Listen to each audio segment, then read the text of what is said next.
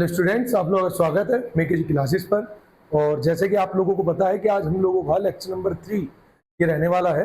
और इसमें मैं आप लोगों को परमाणु संरचना के अभ्यास प्रश्न करा रहा हूँ। तो लास्ट टाइम हमने कुछ क्वेश्चन किए थे। लास्ट टाइम हमने क्वेश्चन नंबर 2.15 तक कर लिए थे लेक्चर नंबर 2 में। और आज लेक्चर नंबर 3 हम लोगों का रहने वाला है, जिसमें हम स्टार्ट करने वाले हैं 2.16 से। सीक्वेंस में मैं आपको क्वेश्चन करा रहा हूँ, ठीक। तो आप लोग अच्छे से उसे समझते चले, ठीक। और बस देखते हैं क्वेश्चन क्या है, क्या लिखा है। हाइड्रोजन परमाणु के लिए बोर की nवीं कक्षा की त्रिज्या, अच्छा त्रिज्या का फॉर्मूला है ये, ठीक। इस फॉर्मूले को याद रखना। आज त्रिज्या से रिलेटेड कुछ फॉर्मूले करेंगे हम, और कुछ हम त्रिज्या वाले करेंगे। चलो देखते चलेंगे और कौन कौन से फॉर्मूले हैं, ठीक। त्रिज्या के हैं जहां तक मुझे याद है, और त्रिज्या के बाद कुछ क्वेश्चन है, हाँ क्रम संख्या से है आज कुछ क्वेश्चन। तो आज तो बहुत महत्वपूर्ण रहने वाला है। और एग्जामिनर है ना, ये क्वेश्चन आप लोगों से डायरेक्ट भी पूछता है कि बताइए कि हाइड्रोजन परमाणु के लिए बोर की nवीं कक्षा की त्रिज्या बता दो, है ना। डायरेक्ट पूछेगा, डायरेक्ट। तो आपको डायरेक्ट ये फॉर्मूले लिखने हैं, ठीक है। तो फॉर्मूला एक बार देख लो आप लोग। Rn 0.0539 nanometre n square, 0.0539 nanometre square, ठीक है। नैनोमीटर n स्क्वायर, और n क्या है? n है उस कक्षा की संख्या, है ना। n क्या है? कक्षा की संख्या। चलिए क्वेश्चन कैसे है, क्वेश्चन देखते हैं। हाइड्रोजन के प्रथम कक्षक से संबंधित ऊर्जा ये है, पांचवें कक्षक से संबंधित ऊर्जा ज्ञात कीजिए। देखो आप लोग याद कर लो, हाइड्रोजन के लिए है ना, हाइड्रोजन ऊर्जा का फॉर्मूला बताओ पहले मुझे क्या है।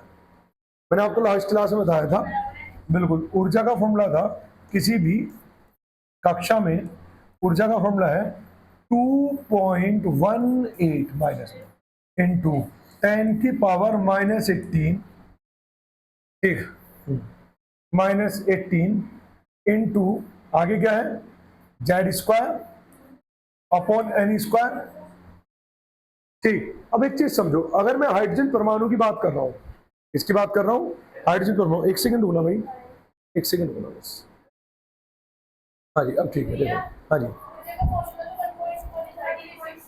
वो ईवी में है, आप लोग मात्रक नहीं देख रहे। हाँ, जो मैंने आपको नोट्स में फॉर्मूले लिखवाए हैं वे सब ईवी में, डेरिवेशन करके ईवी में लिखवा दिए। लेकिन मेरी सलाह आप लोगों को बस अब ये है, क्योंकि हम अब इन क्वेश्चनों पे प्रैक्टिस कर रहे हैं, इन फॉर्मूलों पे प्रैक्टिस कर रहे हैं, तो हमें ज्यादा वही फॉर्मूला याद रहेगा जिस पर हमने ज्यादा प्रैक्टिस करी होगी। तो आप क्या करें कि ये जो फॉर्मूला लिखवा रहा हूँ ना मैं आपको, इसकी ऊर्जा का, त्रिज्या का, एक पेपर लो, पेपर के ऊपर ये सारे फॉर्मूले लिख लो और वहां पर उसे स्टेपलर कर लो, ठीक। क्योंकि क्या है ना, अब हम इन्हें प्रैक्टिस करने वाले हैं।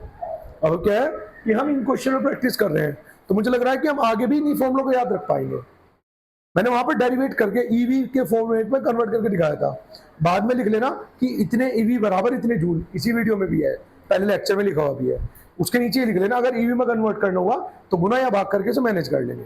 अब क्योंकि हम प्रैक्टिस कर रहे हैं इन फॉर्मूलों पर, तो हमें याद भी कौन से रहने वाले हैं, यही याद रहेंगे। तो आप बेहतर है कि आप जहां मैंने फॉर्मूले लिखवाए थे नोट्स में, वो बोर के लिए, वहां पर ये सारे फॉर्मूले लिख लो, तुम एक पेज लो, उसके ऊपर लिख लो और स्टेपलर कर लो, ठीक है ना।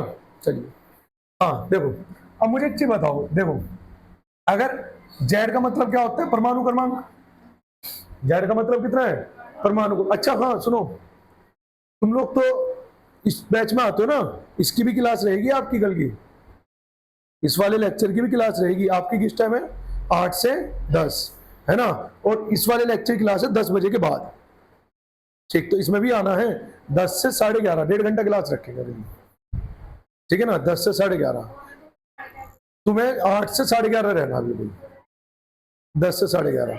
बीच में तुम्हें पानी वानी पीने का मौका मिलेगा, टेंशन न लो। जैसे ही तुम बेहोश होने लगे, तुम्हारे मुंह पे छिंटा मार दिया जाएगा, है ना, बेहोश नहीं होने देने, ठीक है ना। चलिए हाँ जी वापस आते हैं।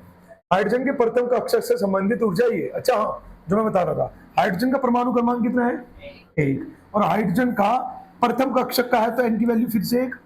तो अगर हाइड्रोजन के प्रथम कक्षक की ऊर्जा आपसे कोई पूछे तो आप डायरेक्टली बता सकते हैं, -2.18 इंटू 10⁻⁻80, वही उसने दी भी है, जूल एटम, जूल प्रति एटम। इसका मतलब है एक अणु के लिए, प्रति मोल होता, अगर प्रति मोल होता तो पूरे अणु के लिए था, बोरा भर गया वो, है ना। लेकिन ये क्या है, प्रति एटम, मतलब एक अणु के लिए काम चल रहा है यहाँ पर।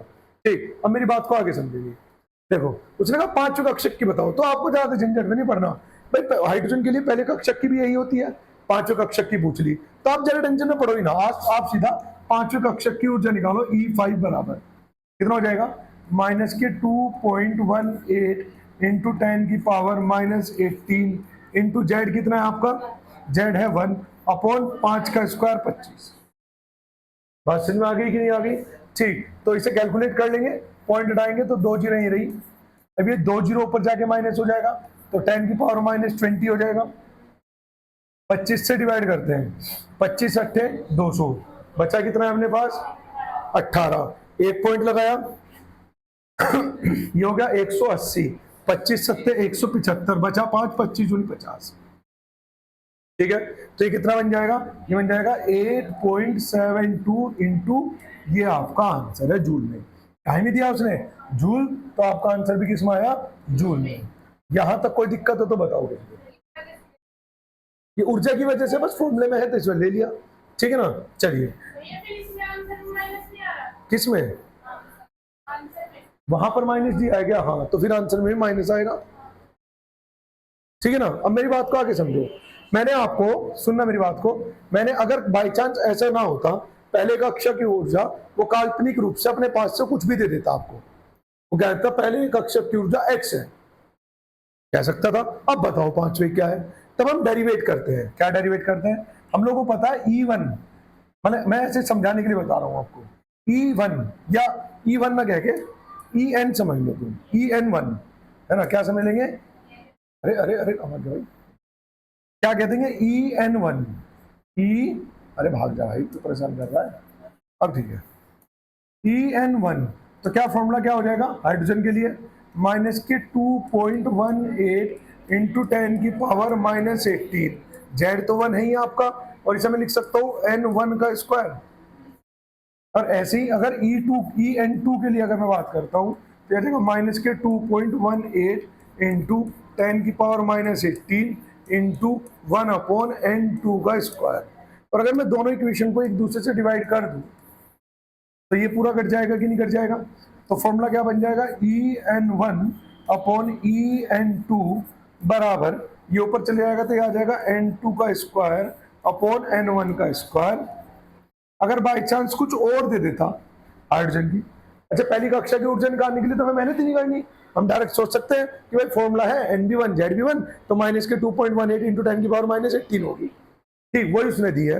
तो इसका ना वो नॉर्मल वैसे ही बात कर रहा है जैसे एक्चुअल में होता है, यहां पर कर रहा है अपना। अगर बाई चांस कुछ और दे देता, वो कहता है x है, तो E5 की बताओ क्या है, अब x के रूप में कैसे बताई जाएगी, तब हम इस फॉर्मूले का इस्तेमाल कर लेंगे कि En1 En2 N2 upon N1, ठीक है ना। चलिए यहां तक कोई प्रॉब्लम हो तो बताओ। चलिए नेक्स्ट क्वेश्चन देखते हैं, तरंग संख्या। देखो मैंने आपको शायद तरंग संख्या का फॉर्मूला लिखवाया भी नहीं है बोर्ड में, नहीं लिखवाया ना, तो तरंग संख्या का फॉर्मूला है ये, ठीक क्या है 1 पॉइंट। अच्छा ये ध्यान रखना पड़ेगा कि ये फॉर्मूले आपको याद ही करने हैं, मतलब इसके याद करने के अलावा आपके पास और कोई रास्ता नहीं है, ठीक। तो आपको ये फॉर्मूले डायरेक्ट याद ही करने पड़ेंगे। फॉर्मूला क्या है 1.097 इंटू 10 की पावर 7 और 1 अपॉन एन स्क्वायर एफ, है ना, एन स्क्वायर एफ, ठीक। खुल जाना छोटी सी खिड़की। चलिए 1.097 इंटू 10 की power 7 1 upon N square F, ये फॉर्मूला है, इसे याद कर लो इस डाटा को, ठीक। इस डाटा को क्या कर लो, याद कर लो,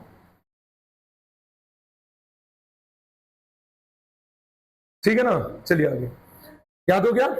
अब असल में ये तो किसी एक कक्षा के लिए तरंग संख्या है, किसके लिए, एक कक्षा के लिए। लेकिन अगर इलेक्ट्रॉन मान लीजिए पहली कक्षा से उठकर या 5वीं कक्षा में चला जाए तो उस दौरान तरंग संख्या क्या होगी, ये पूछ लिया आपसे। मान लीजिए पहली कक्षा से उठकर 5वीं कक्षा में चले जाए तो उस समय में तरंग संख्या क्या होगी, ये पूछ ले, तब क्या करेंगे, ठीक कुछ नहीं करना, यहाँ पर NF है वहां NI मान लेते हैं उसे, दो कक्षाएं, एक को NF मान लिया एक को NI मान लिया, ठीक है ना। तो अब हम क्या करेंगे, इन दोनों फॉर्मूलों को घटाएंगे भाई कि N1 में मतलब V1 में उसकी ऊर्जा क्या है, V2 में उसकी ऊर्जा क्या है, उनका डिफरेंस करेंगे, फिर डिफरेंस करेंगे, ये पोर्शन तो कॉमन आ जाएगा और ब्रैकेट में क्या बचेगा 1 माइनस के n स्क्वायर ऑफ माइनस के 1 अपॉन n आई का स्क्वायर या n2 का, जो भी आप मानना चाहे। ऐसे बात नहीं समझ में आई, ऐसे आएगी। तो ये फॉर्मूला कुछ ऐसा बन जाएगा, देखो ठीक। जब इन्हें घटाएंगे तो ये पोर्शन तो कॉमन आ जाएगा, तो अंदर क्या बचेगा 1/n, 1 का स्क्वायर माइनस 1, 1/n 2 का स्क्वायर। आप 1 to 1 मान लो, कोई दिक्कत नहीं है। जनरली आपकी एनसीईआरटी बुक में जो दिया हुआ है वो आई और एफ से दिया हुआ है, इस वजह मैंने आई और एफ लिख रखा है। आप मानने के लिए 1 और 2 भी मान सकते हैं, 1 2 या n या n1 n2 कुछ भी मान सकते हैं, कोई इशू नहीं है, ठीक है ना। चलिए इस फॉर्मूले को याद कर लिया, 1.097 इंटू 10 की पावर 7 1/nf स्क्वायर। क्वेश्चन देखते हैं। हाइड्रोजन परमाणु का बामर श्रेणी में अधिकतम तरंग दैर्घ्य वाले संक्रमण की तरंग संख्या याद कीजिए। अब क्वेश्चन आता है बामर श्रेणी कौन सी है, तो बता सकते हो बामर श्रेणी कौन सी होती है, जिसमें n2 होता है, याद करो, ठीक है ना। आपको याद हो तो मैंने हाइड्रोजन स्पेक्ट्रम आपको पढ़ाया होगा, और हाइड्रोजन स्पेक्ट्रम में बताया था कि अलग अलग वैज्ञानिकों ने अलग अलग स्पेक्ट्रम दिए हैं, ठीक, ऐसे कुछ रेखाएं बनवाई होगी, ठीक। और उनके नाम जो है, जो वैज्ञानिकों ने अपनी अपनी अलग अलग कक्षाओं के लिए अलग अलग प्रकाश के बारे में जो बताया है, उन श्रेणियों के नाम उन्हीं वैज्ञानिकों ने नाम पर रख दिया था। तो दूसरी श्रेणी की जो खोज करी थी वो किसने कराई थी, बामर ने। 5 तक मैंने लिखवा रखा है आपको, क्या कहते हैं, सबसे पहले का नाम क्या था, लाइमन श्रेणी, दूसरा बामर श्रेणी, तीसरा कौन सी, हाँ पार्शन, अगला ब्रैकेट था, एक फंड था, ये था ना, ठीक। तो ये सीक्वेंस था। तो दूसरी श्रेणी किसके पास जाती थी, बामर श्रेणी के। अब उसने कहा बामर श्रेणी के लिए अधिकतम तरंग दैर्घ्य है। अब अधिकतम तरंग दैर्घ्य कब होगा, देखो जैसे जैसे प्रकाश ऊपर की तरफ को चलता है तो उसे ज्यादा ऊर्जा देनी पड़ती है मुझे, ठीक। तो जब ज्यादा ऊर्जा देंगे तो आवृत्ति ज्यादा होगी, तो इसका मतलब वहां पर तरंग दैर्घ्य सबसे कम होगा। सबसे कम, जो सबसे ज्यादा तरंग दैर्घ्य होता है वो होता है जहां पर आवृत्ति सबसे कम होती है, और सबसे कम आवृत्ति, जैसे मान लीजिए बामर श्रेणी है, बामर श्रेणी कौन से कोश के लिए काम कर रही है, दूसरे के। तो अगर आपसे अधिकतम तरंग दैर्घ्य पूछ लिया जाए ना, तो इसका मतलब है कि दूसरे कोश से इलेक्ट्रॉन तीसरे कोश में स्थानांतरित हो रहा है, बस। अधिकतम तरंग दैर्घ्य क्या होता है, जहां पर आवृत्ति सबसे कम हो, जहां पर आवृत्ति सबसे कम हो वहां पर तरंग दैर्घ्य सबसे ज्यादा। और कोई भी इलेक्ट्रॉन जितनी ऊंची कक्षा में होता है उसकी आवृत्ति उतनी ही ज्यादा मान ली जाती है, ठीक है ना। तो यानी कि अगर आपसे उसने कहा है अधिकतम तरंग दैर्घ्य वाले तरंग संख्या बतानी है, तो इसका मतलब n2 से n3 के लिए बतानी है आपको, ठीक। बामर श्रेणी में अधिकतम तरंग दैर्घ्य वाले संक्रमण की तरंग संख्या की गणना कीजिए। तो फॉर्मूला क्या है, देखो हमने अभी क्या फॉर्मूला लिखा था, 1.097 बताना, हाँ जी, v यानी कि ये तरंग संख्या का है, हाँ 1.097 इंटू 10 की पावर 7 अपॉन, ठीक। उससे लिखने की जरूरत नहीं, 2 का स्क्वायर माइनस 3 का स्क्वायर लिख दूंगा, 2 का स्क्वायर माइनस 3 का स्क्वायर, क्योंकि दूसरी से बामर श्रेणी से अधिकतम तरंग दैर्घ्य के लिए जाना है अपने को, ठीक। तीसरे के लिए जाना है, तो ये कितना आ जाएगा, ये आ जाएगा 4, ये आ जाएगा 9, तो 1.097 इंटू 10 की पावर 7 इंटू ये हो गया 4, ये हो गया 9, नीचे का एलसीएम निकालेंगे तो 36, और ये आ जाएगा 5। कर लेना बाकी आप लोग जैसे भी करेंगे, ठीक। कैलकुलेट करते हैं, बस 3 पॉइंट हटाऊंगा तो ये 3 जीरो नीचे, जिसकी वजह से 10 की पावर 4 हो जाएगा, है ना। कितना हो जाएगा, 10 की पावर 4। चलिए तो एक काम करते हैं, इसे 5 से मल्टीप्लाई कर लेते हैं। सबसे पहले कितना आएगा, 7 पंजे 35, बच्चा कितना अपने पास 3, 9 पंजे 45, 5 ही कम 5, और ये कितना आ जाएगा 36 गुना 10 की पावर 4, ठीक। कैलकुलेट करते हैं, देखो चलो मैं तुम्हें एक तरीका बता रहा हूँ कैलकुलेट करने का। एक तरीका और है, क्या है तरीका, ये है कि आप ऐसे देखो कि ऐसी कौन सी बड़ी से बड़ी संख्या जो नीचे वाले को पूरा काट दे, चाहे ऊपर वाले को काटे या ना काटे, और उसका तुम्हें पहाड़ा भी आता हो। ऐसी कौन सी बड़ी से बड़ी संख्या है जो नीचे वाले को पूरा काट दे, ठीक, ऊपर वाले को चाहे काटे या ना काटे, और उसका पहाड़ा भी तुम्हें आता हो।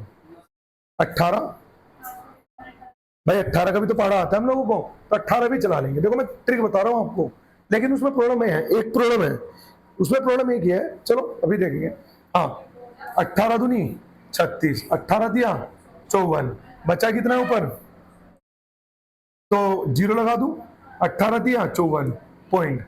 याद रखना आपको कम से कम पॉइंट के बाद 2 डिजिट तक कैलकुलेट करना पड़ेगा उस ट्रिक में, ठीक। तो कितना बच रहा है अपने पास, 1 एक पे नहीं चलेगा पाना, 0 लगाई तो 10, अभी भी नहीं चलेगा तो 0, 100, 18 पंजे 90, एक और डिजिट चला लो। ठीक, 18 पंजे 90 कितना हो गया 10, 0 18 पंजे 90। अब 2 से डिवाइड करते हैं जी, 2 ही कम 2, बचा कितना अपने पास 1, 2 पंजे 10, 2 ही कम 2, 0.2 पंजे 10, 2 दूनी 4, 2 सत्ते 14। तो ये आ जाएगा आपका 151.527। ठीक, अच्छा ये कैसे आ जाएगा, हाँ, इंटू 10⁴ आंसर। बताओ इसमें कोई दिक्कत किसी को? अच्छा, ये जो आंसर आ रहा है ये डायरेक्ट आएगा आपका मीटर इनवर्स में, याद रखना। ठीक, तरंग संख्या होती है किसमें, मीटर इनवर्स में।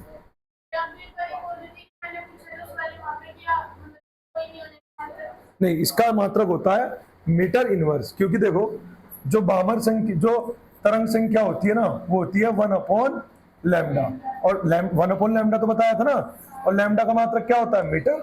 तो इसका जो मात्रक होगा वो क्या बन जाएगा, मीटर इनवर्स। ठीक, होता है मात्रक। तो चले आगे, यहां तक कोई कंफ्यूजन बताओ। चलिए, हाइड्रोजन परमाणु में इलेक्ट्रॉन को पहली कक्षा से 5वीं कक्षा तक ले जाने के लिए आवश्यक ऊर्जा जूल में गणना कीजिए। तो इसका मतलब है मुझे क्या निकालना है, ई निकालना है, और कहां से कहां ले जाना है, पहली से 5वीं, E5 माइनस E1 करना है ना।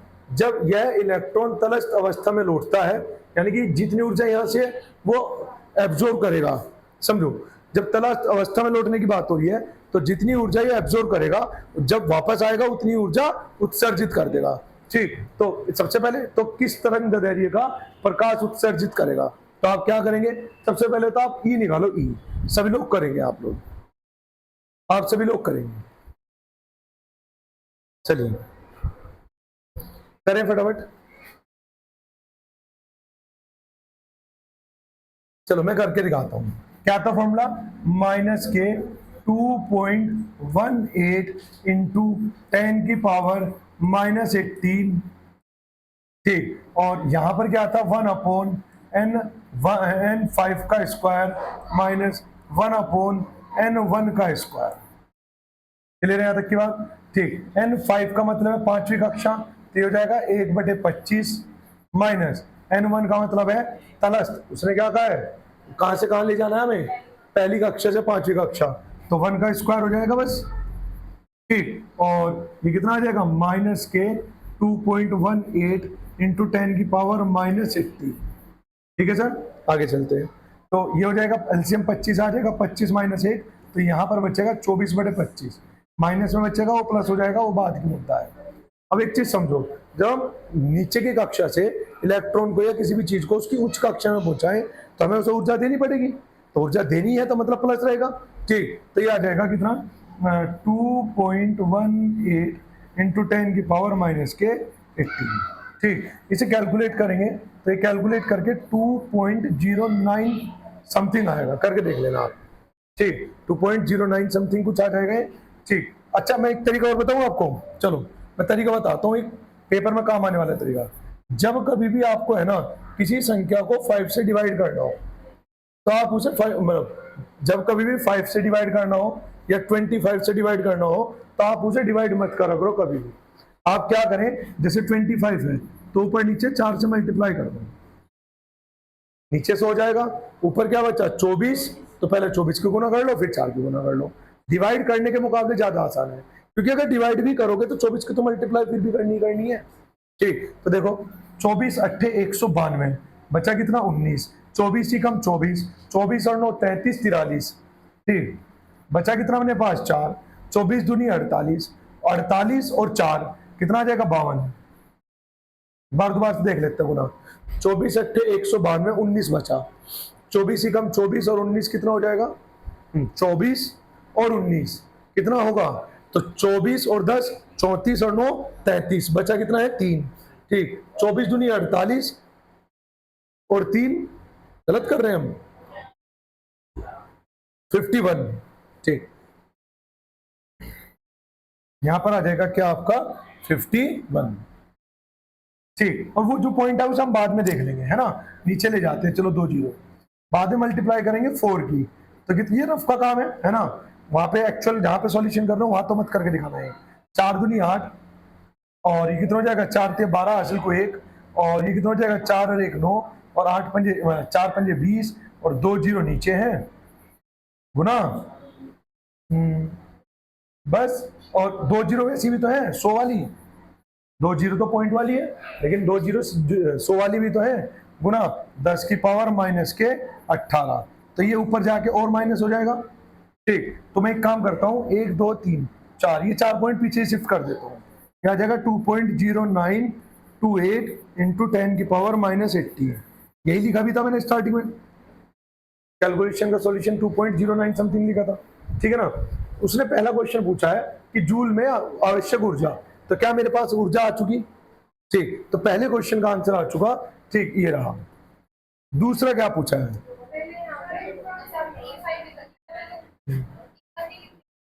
लिख लो लेकिन वो चिन्ह को पता तुम्हें मैनेज कर लेना फिर। ना ना ना ना कोई फर्क नहीं पड़ता जनरली। ठीक, बट ये है कि याद रखना जब हम उसे उत्तेजित अवस्था में ले जा रहे हैं और ज्यादा तो उसे ऊर्जा देनी पड़ेगी और जब ऊर्जा दी जाएगी तो प्लस आएगा और जब ऊर्जा उससे निकलेगी तो माइनस। उसे मैनेज करके चलना बस, है ना। चलिए समझो जी मेरी बात को। उसने कहा है कि उससे निकलने वाला तरंग दैर्ध्य बताओ।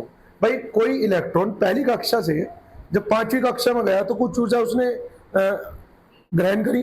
ठीक, लेकिन जब वापस 5वीं से पहली कक्षा में आएगा तो ऊर्जा छोड़ेगा और उतनी ही तो ऊर्जा छोड़ेगा जितनी ग्रहण करी। तो ग्रहण कितनी करी इतनी, तो छोड़ेगा भी इतनी। अब मेरे से पूछा तरंग दैर्ध्य, तो ऐसा कौन सा फॉर्मूला है जिसमें जिसके अंदर तरंग दैर्ध्य के अंदर आपको ऊर्जा भी मिल जाए। ठीक, आपको फॉर्मूला ई भी मिल जाए और लैम्डा भी मिल जाए। तो क्या है, लाइन में फॉर्मूला लिख के नहीं था है?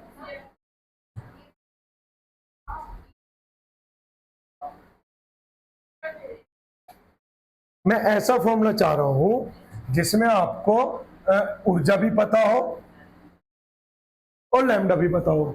तो फॉर्मूला क्या है, E is equal to H nu यानी कि सी अपॉन लैम्डा। ये तो फॉर्मूला।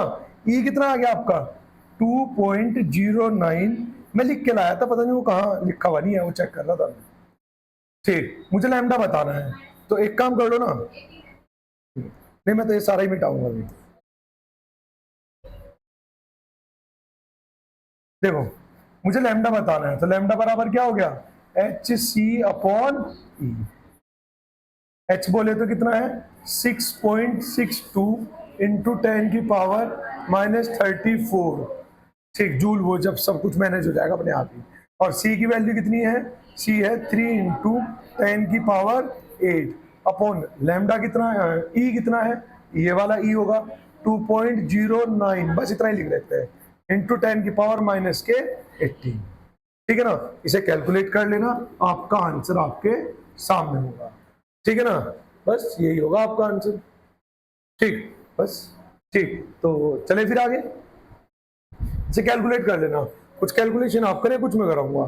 ठीक, क्योंकि सारी मैं नहीं करा सकता, सारी तुम्हें तो करनी है, मैं कराऊं या ना कराऊं। पेपर में मान लीजिए मैं सब कुछ कॉन्सेप्ट सिखा गया, तुम सीख गए और कैलकुलेशन नहीं तो क्या फायदा होगा। एग्जामिनर सबसे पहले चेक करता है कि आंसर सही है नहीं है, उसके बाद देखता है कि कर रहा है कि नहीं कर रहा है सही तरीके से। चलिए, इलेक्ट्रॉन परमाणु, इलेक्ट्रॉन की ऊर्जा En ये दे दी उसने, फॉर्मूला दे दिया। इलेक्ट्रॉन परमाणु में इलेक्ट्रॉन की ऊर्जा का फॉर्मूला है इस बार।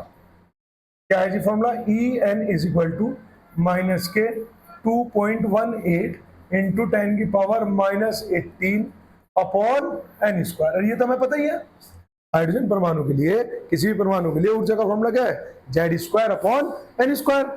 यही तो फॉर्मूला है। ठीक, और जेड उसने हाइड्रोजन कहा था, उसने खुद ही 1 रख के दे दिया, तो वही तो फॉर्मूला दिया है जो हमें ऑलरेडी याद है। ठीक, आगे N2 कक्षा से इलेक्ट्रॉन को पूरी तरह निकालने के लिए, तो इसका मतलब अगर हम इलेक्ट्रॉन को उसकी कक्षा से निकालना चाह रहे हैं पूर्ण रूप से, यदि हम इलेक्ट्रॉन को उसकी कक्षा से पूर्ण रूप से निकालना चाह रहे हैं तो इसका अर्थ है कि हम उसे कौन सी कक्षा में ले जाना चाह रहे हैं, अनंतवीं कक्षा में। जब आयनन का मतलब भी तो ये होता है कि इलेक्ट्रॉन को पूर्ण रूप से निकालना है। ठीक, तो हम उसे अनंतवीं कक्षा में लेके जा रहे हैं, तो इसका मतलब है हमें निकालना है E is equal to E अनंत माइनस कौन सी कक्षा से E2। ठीक, और फॉर्मूला क्या था इसके लिए? डायरेक्ट फॉर्मूला सीखा हमने क्या? माइनस के 2.18 इंटू 10 की पावर -18 1 अपॉन अनंत का स्क्वायर -1 अपॉन 2 का स्क्वायर। याद है कुछ ऐसा? ठीक, तो क्या बन जाएगा ये? माइनस के 2.18 इंटू 10 की power -18 into 1 upon n square, यानी कि 4। ठीक, और हमें उसे, अच्छा ये माइनस में आएगा क्योंकि ये तो 0 हो गया। याद रखना 1 अपॉन अनंत की वैल्यू क्या होती है? 0 होती है।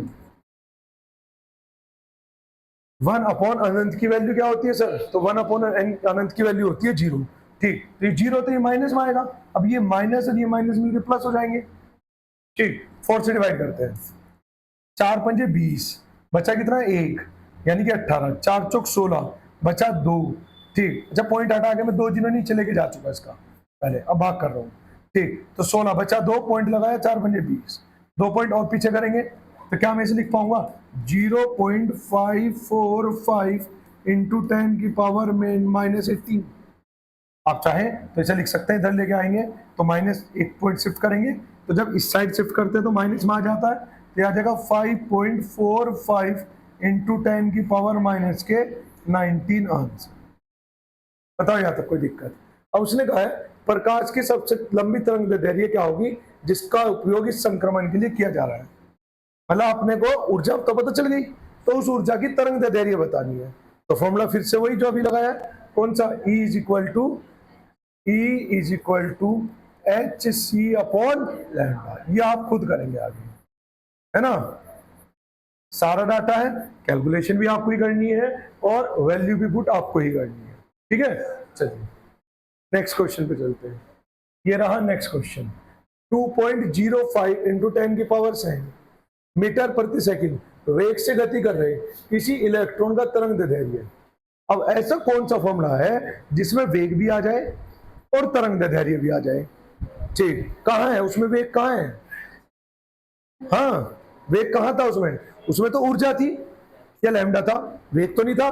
तो एक आदमी था जिसका नाम था डी ब्रोगली, तो उसने भी एक फॉर्मूला दिया था। क्या था देखना, यही था क्या फॉर्मूला? इधर कट रहा है। हाँ हाँ जी, देखो देखो, तो जो वेवलेंथ का फॉर्मूला यानी कि lambda is equal to H upon P दिया था उसने।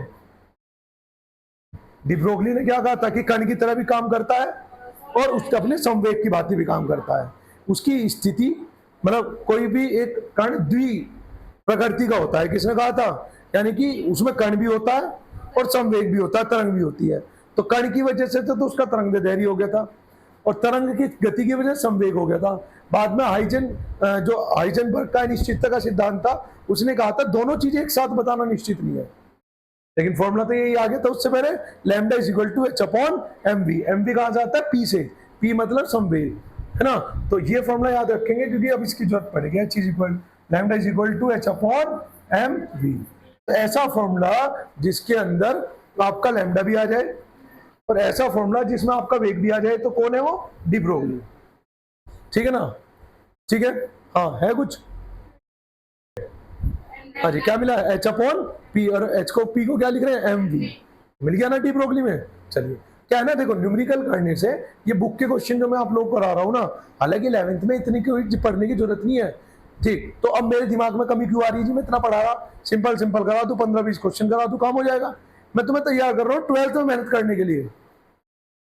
अभी नहीं इतना पढ़ोगे, 12th में तो इतना ही पढ़ना है। अगर 11th में इतनी मेहनत करके जाओगे तो 12th में तुम्हें इतनी मेहनत करने की आदत पड़ जाएगी, तो तुम पहले दिन से ही मेहनत करोगे। ठीक, और जितने कॉन्सेप्ट तुम आज क्लियर कर लोगे उतना ही फायदा तुम्हें 12th में मिलेगा। आधे से ज्यादा 12th की केमिस्ट्री आपको ऑलरेडी आती होगी। ठीक है ना? और ये मैं क्यों करा रहा हूँ? आप लोगों के फायदे के लिए। एग्जाम में जाओगे, एग्जाम में जाकर तुम्हारे अच्छे से नंबर आएंगे, अच्छे नंबर आएंगे तो फिर तुम जो है मतलब तुम्हें लगेगा केमिस्ट्री आसान है, और एक बार तुम्हें ऐसा लग गया केमिस्ट्री आसान है तो फिर तुम केमिस्ट्री पढ़ोगे इंटरेस्ट से।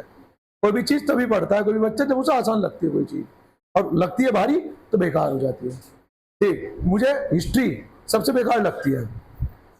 ठीक, मुझे ऐसा लगता है हिस्ट्री बहुत भारी है हिस्ट्री, और मेरे साथ के जितने भी लोग हैं उन सबको हिस्ट्री आसान लगती है। दूसरा, मुझे केमिस्ट्री बहुत आसान लगती है, लेकिन ज्यादातर बच्चों को ऐसा लगता है केमिस्ट्री बहुत भारी है, वो सारा इंटरेस्ट कहीं तो खेल है, ठीक है ना। अब तुम बताओ तुम्हें केमिस्ट्री भारी लग रही है आसान? ठीक, कह नहीं रहे कुछ है, बढ़िया तारीफ कर दी, झूठी तारीफ कर दी। देखो इसका कारण है, साथ के साथ अगर चैप्टर के साथ साथ क्वेश्चन आंसर भी करते चलोगे ना तो चीजें आसान है। और फिर चाहे वो मैथ्स हो, चाहे फिजिक्स हो, या केमिस्ट्री हो, इंग्लिश हो या हिंदी हो, ठीक, भारी आपको तब लगेगी जब आप केवल नोट्स बनाते चले जाओगे और उससे रिलेटेड क्वेश्चन आंसर नहीं करने। और आप कहीं भी चले जाना, आपको कोई भी नोट्स के अलावा क्वेश्चन आंसर नहीं बना के देगा, ठीक है ना। हम लोग तो कराते हैं, क्यों कराते हैं? हमारे दिमाग में कमी है, क्यों कराते हैं, ठीक है ना। चलिए, और इन लोगों को भी करा रहे हैं, जो लोग लाइव देख रहे हैं, जो हम लोगों से नहीं जुड़े हुए हैं, मेकी जी क्लासेस से नहीं जुड़े हैं, उनका दुर्भाग्य है, ठीक है ना। तो उन लोगों को भी हम करा रहे हैं, ठीक, कोई नहीं, 11th में जहां पढ़ रहे हैं पढ़ो, 12th में फिर हम सेवा देंगे आपको। चलिए, अब यहां पर सारा डाटा आपको दिख रहा है। उसने क्या पूछा आपसे? तरंग दैर्ध्य पूछा है। तो तरंग दैर्ध्य मतलब 2.05 इंटू 10⁻⁷। अच्छा, तरंग दैर्ध्य तो बताना है ना, ये तो वेग है, ये क्या है आपका? वेग है, ठीक। तो lambda is equal to H कितना होता है? 6.62 इंटू 10⁻34 जूल सेकेंड। अब देखो, बार बार एक एक चीज कह गए, आज तुम्हें मात्रक तक याद होगी, और क्या बच्चे की जान लोगे तुम, है भाई। और तुम लोगों का चैप्टर नंबर, थ्योरी में चैप्टर नंबर 4 तक पहुंच गए। तुम लोगों का तो चलो दूसरा ही चल रहा है, लेकिन तुम लोगों का तो चैप्टर नंबर 4 तक पहुंच गए तुम, ठीक। चैप्टर नंबर 4 ये मान के चलो बस, उसके बाद केमिस्ट्री में कुछ नहीं बचा बस। उसके बाद तो केमिस्ट्री ऐसी है बहुत मजेदार, ऊष्मागति की, अरे पढ़ के भी मजा आएगा। क्यों? सारे ऐसी चीज होंगी जो तुम अपने अर्ध गिर्द देख पाओगे। जब इर्द गिर्द देख पाओगे तो तुम उसे रिलेट कर पाओगे, तो चीजें समझ में आएंगी मजे में, ठीक है ना। तो अगर तुम्हें यहां तक केमिस्ट्री में मजा आया ना, इसके बाद तो तुम्हें बहुत ही मजा आने वाला, तुम उछल के लेंटर में से मारोगे, ठीक है ना। चलिए, m कितना है? m यानी कि द्रव्यमान कितना होता है? 9.1 इंटू 10⁻31 kg। अच्छा, एक चीज का ध्यान रखना, बच्चे पता क्या गलती करते हैं बहुत सी बार। मान लीजिए उन्हें याद है, उन्हें ये मात्रक याद है 9.1 इंटू 10⁻31 kg। स्कूल में गए, उनके टीचर ने या उनके किसी दोस्त ने कहा केजी में नहीं ग्राम में। स्कूल में वो ग्राम में याद कर रहा, कोचिंग में वो केजी में याद कर रहा, कंफ्यूज हो जाएगा। जहां भी लिखना है सब एक जगह लिखो, बाद में केजी से ग्राम में बदलने के लिए वो 1000 से मैनेज कर लेंगे, ठीक है। तो आप इसे केजी में ही याद रखो, ठीक है ना। चलिए, हाँ, इंटू क्या आएगा इसके बाद? वी। वेग क्या होता है? दिया हुआ है ना, 2.05 इंटू 10⁻7 मीटर प्रति सेकेंड। अब मेरी बात को समझो, मैंने एक दिन पूरी 15 मिनट खराब करी थी इस बात के लिए, ठीक, याद आ रहा है कुछ, ठीक है ना। पूरी 15 मिनट, और तुम लोग ये कह रहे थे जी इसकी जरूरत तो थोड़ी है नहीं, थोड़ी है ना जरूरत से उस दिन कम सी लग रही थी ना, कि डेरिवेशन क्यों करा रहे हो। मैंने कौन से बैच में कराया था? एक बैच में कराया था ना डेरिवेशन, तुम्हारे में नहीं करवाया था। हाँ, तुम्हारे में भी कराया था और अभी के बैच में भी करवाया है। जूल को डायरेक्ट याद कर लो, जूल बराबर होता है kilometre square second inverse square. Joule बराबर क्या होता है?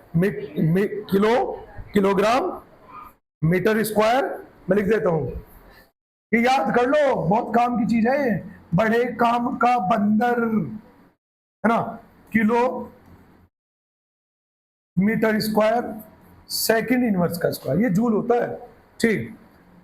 इसका डेरिवेशन भी कराया था मैंने एक दिन आपको, ठीक। अब देखो, ये केजी है, ये मीटर है, सर जी सेकंड स्क्वायर तो मिल गया, और मैं नीचे देख रहा हूं, नीचे तो नीचे आके सेकंड स्क्वायर का इनवर्स हो जाएगा। मीटर स्क्वायर नहीं है मेरे पास, तो एक काम करूं, मीटर स्क्वायर बनाने के लिए ऊपर नीचे मीटर से गुणा भाग कर दूं। यहां पर मैं क्या कर देता हूं, देखो यहां पर मैं मीटर से ऊपर भी और मीटर से नीचे भी गुणा भाग कर देता हूं। देखो, kilo metre square second square inverse हो जाएगा, और ये पूरा जूल होता है, तो ये भी खत्म, ये भी खत्म, ये भी खत्म, ये भी खत्म, ये भी खत्म, और ये भी खत्म। क्या बचा? और मात्रक इसका लैम्डा का किस्म होता है मीटर में, आ गया। तो आपको केवल फॉर्मूले नहीं रटने, आपको ये मात्रक पे भी खेलना आना चाहिए। अगर मात्रक से तुम खेल गए ना तो तुम्हें सब चीजें समझ में आ जाएगी, कैसे कैसे कहां पर क्या हो रहा है। ठीक, चलिए इसकी कैलकुलेशन सेल्फ करना। देखो इसमें हमने क्वेश्चन में ज्यादा बात कर ली ना, तो कैलकुलेशन तुम करोगे, हम बात करते तो कैलकुलेशन मैं करता। क्या कह रहे भैया, चुपचाप पढ़ाओ फिर। चलिए करो जरा एक बार। हाँ अब ठीक है, उस साइड से स्क्रीन कट रही थी इसकी। चलिए अच्छा, आप लोगों को जो भी डाउट हो ना, भले ही आप रिकॉर्डेड क्लास में देख रहे हो, आप लोगों को अगर कोई भी डाउट है ना तो आप कमेंट करके ठीक छोड़ दिया करें, मैं आपको उस कमेंट का रिप्लाई जरूर दूंगा, है ना, दूंगा, जल्दी जरूर दूंगा। कैसी हिंदी होती जा रही है हमार। चलिए इलेक्ट्रॉन का द्रव्यमान दे दिया, एम दे दिया कितना, 9.1 इंटू 10 की पावर -31 kg, और गतिज ऊर्जा काइनेटिक एनर्जी बराबर कितना है, 3.0 इंटू 10 की पावर -25 जूल हो, तो इसका तरंग दैर्ध्य है। अब ऐसा कौन सा फॉर्मूला है जिसमें काइनेटिक एनर्जी भी हो और द्रव्यमान भी हो, सोचो। लेकिन उसमें तो तरंग दैर्ध्य है नहीं। हाँ तरंग दैर्ध्य, द्रव्यमान भी दिया उसने, ठीक, तो ऐसा कोई भी फॉर्मूला नहीं है। ठीक है, कृपया दिमाग पर ज्यादा जोर न डालें, ठीक है ना, दिमाग पर ज्यादा जोर न डालें, ऐसा ना हो कि दिमाग निकल के गिर जाए। ठीक, चलिए तो आपको क्या करना है, आप सबसे पहले 1/2 mv² बराबर 3.0 इंटू 10 की पावर -25 जूल की हेल्प लेकर v निकाल लेंगे क्या। ठीक, ये आ जाएगा v² बराबर 2 इंटू 3.0 इंटू 10 की पावर -25 अपॉन m, और m की बात करें तो m हो जाएगा 9.1 इंटू 10 की पावर -31 kg। और ये स्क्वायर हटाने के लिए मुझे क्या करना होगा, बोथ साइड रूट करना होगा, और वो कौन करेगा, है शाबाश, तो समझदार हो रहे हो। ठीक, यहां से v की वैल्यू कुछ आ जाएगी, इसे कैलकुलेट करना आप लोग, ठीक है ना। नहीं होगा तो मुझे बता देना, मैं इस तरीके के अंडर रूट सॉल्व करने की अलग से एक कैलकुलेशन की वीडियो अपलोड कर दूंगा, तो मैं पढ़ा भी दूंगा और अपलोड भी कर दूंगा। तुम लोगों को भी अगर दिक्कत हो तो मुझे बता देना कमेंट करके, ठीक है ना। चलिए अब यहां के बाद आपके पास v आ गया, लैम्डा चाहिए, तो याद करो किसे, डी ब्रोगली चाचा को। क्या कहा था उन्होंने, क्या कहा था, उसने कहा था लैम्डा, कैसा लैम्डा बनाया, एंडा पेंडा सा, लैम्डा बराबर कितना, h अपॉन एम वी। तो देखो v मुझे पता है, m मुझे पता है, h मुझे पता है, लैम्डा निकालना, ठीक है ना। इसे भी सेल्फ स्टार्ट करना। क्या, अगर तुम लोगों को भी इस अंडर रूट की कैलकुलेशन को सीखना है तो तुम्हें भी कमेंट करना पड़ेगा जी। चलिए तभी तो कमेंट बढ़ेंगे मेरे। अगला क्वेश्चन आप लोगों के मतबल का क्वेश्चन 2.22, ठीक, उसने क्या कहा है, निम्नलिखित में से कौन सा सम आयनी स्पीसीज है, अर्थात किनमें इलेक्ट्रॉनों की संख्या एक समान है। तो आप क्या करो, इन सबके इलेक्ट्रॉन लिखने शुरू करो। किसी भी परमाणु के अंदर उतने ही इलेक्ट्रॉन होते हैं जितना उसका परमाणु क्रमांक है। यदि उसके ऊपर धनावेश है, क्या है, तो इसका अर्थ है कि उसने इलेक्ट्रॉन दे रखे हैं।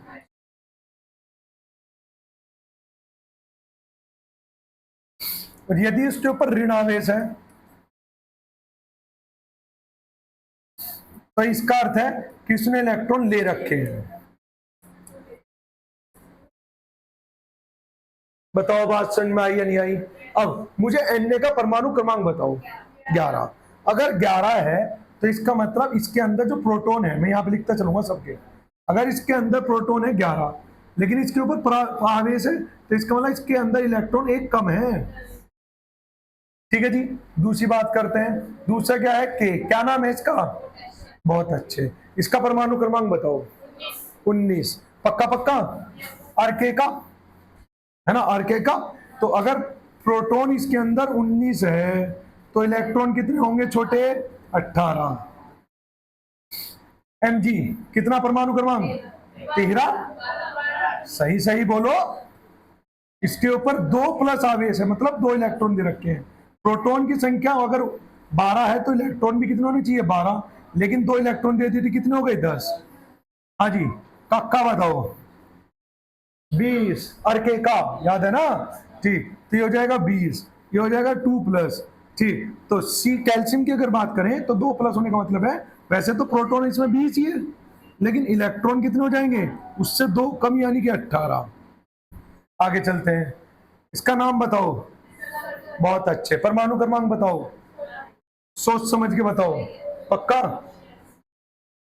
तो 2 माइनस, इसका मतलब प्रोटॉन तो इसमें 16 ही है, लेकिन इलेक्ट्रॉन कितने हैं इसमें, 18, माइनस का मतलब बताया ना, तो इलेक्ट्रॉन लिया है इसने, ठीक। आगे चलते हैं, अर आ गया भाई साहब, अर के का, इसके दम पे तो सारे निकाल लेते हम, तो क्या आ जाएगा इसका, 18, ठीक। कोई आवेश है नहीं, प्रोटॉन कितने हैं, 18, तो इसका अर्थ हुआ इलेक्ट्रॉन भी कितने हैं, 18।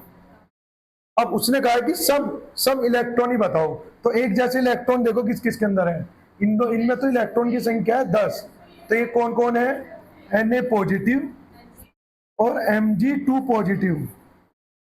और यहीं पर अगर बात करते हैं इलेक्ट्रॉन, ठीक, बाकी सब में 18 वाले हैं, सब इलेक्ट्रॉन ही बोलेंगे ना ने, तो ये हो गया K पॉजिटिव, ये हो जाएगा Ca2 पॉजिटिव, और ये कितना हो जाएगा आपका S2 negative.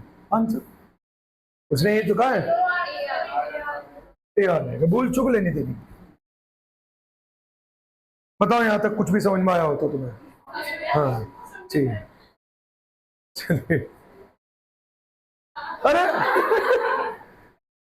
What a timing है, तुमने बोला थैंक यू लिखा आ गया, आज तो बिल्कुल सही तरीके से हम बना के लाए हैं।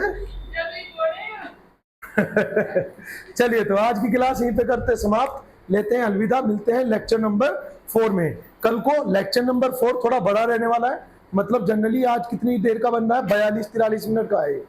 कल को कोशिश करेंगे 1 से 1.5 घंटे का लेक्चर रखें, ठीक। आपको एक एक क्वेश्चन मिलेगा, हर एक चैप्टर का मिलेगा, लेकिन ऐसा नहीं है कि डेली मिलेगा, ठीक है ना। तो आप चैनल को सब्सक्राइब करके जरूर रखें, जैसे ही आपके पास वीडियो में अपलोड करता हूं आपसे रिलेटेड, तो आपको नोटिफिकेशन मिल जाएगा। चलिए, तो क्लास को करते हैं अलविदा, लेते हैं बाय।